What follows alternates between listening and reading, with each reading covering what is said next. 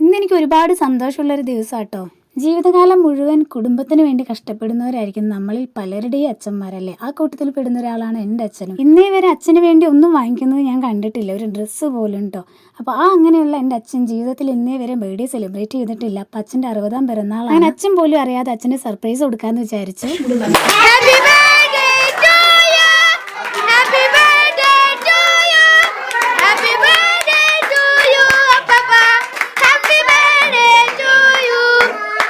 പ്രതീക്ഷിക്കാതെ ഞങ്ങളെ കണ്ടതിൽ അച്ഛൻ അന്തം വിട്ട് നിൽക്കുക കേട്ടോ. ഞങ്ങൾ 3 മക്കളും കൂടെ തലേ ദിവസം തന്നെ എല്ലാം പ്ലാൻ ചെയ്തതായിരുന്നു. അച്ഛൻ അറിയാതെ നമുക്ക് വീട്ടിൽ ചെന്ന് അച്ഛന് ഒരു സർപ്രൈസ് കൊടുക്കണമെന്നുള്ളത്. ഡിസംബർ 6-നാട്ടോ അച്ഛൻ്റെ ബർത്ത്ഡേ. അന്ന് രാവിലെ ഞങ്ങൾ ആരെയും വിളിച്ച് വിഷ് ചെയ്യുക പോലും ചെയ്തില്ല. വൈകുന്നേരം ഒരുമിച്ച് നമുക്ക് ചെന്ന് വിഷ് ചെയ്യാന്ന്. കഷ്ടകാലത്തിന് കറണ്ട് ഇല്ലായിരുന്നു, എന്നാലും കുഴപ്പമില്ല. അച്ഛൻ പറയുന്നുണ്ടായിരുന്നു ജീവിതത്തിൽ ആദ്യത്തെ അനുഭവമാണ് ഇതെന്നുള്ളത്. സോ ഞങ്ങൾ എല്ലാവരും ഒരുപാട് ഹാപ്പിയാണ്. അച്ഛൻ ഒരുപാട് കാലം ആയുസ്സും ആരോഗ്യം തരട്ടെ എന്ന് ദൈവത്തോട് പ്രാർത്ഥിക്കുന്നു. അപ്പം അത്രേ ഉള്ളൂ.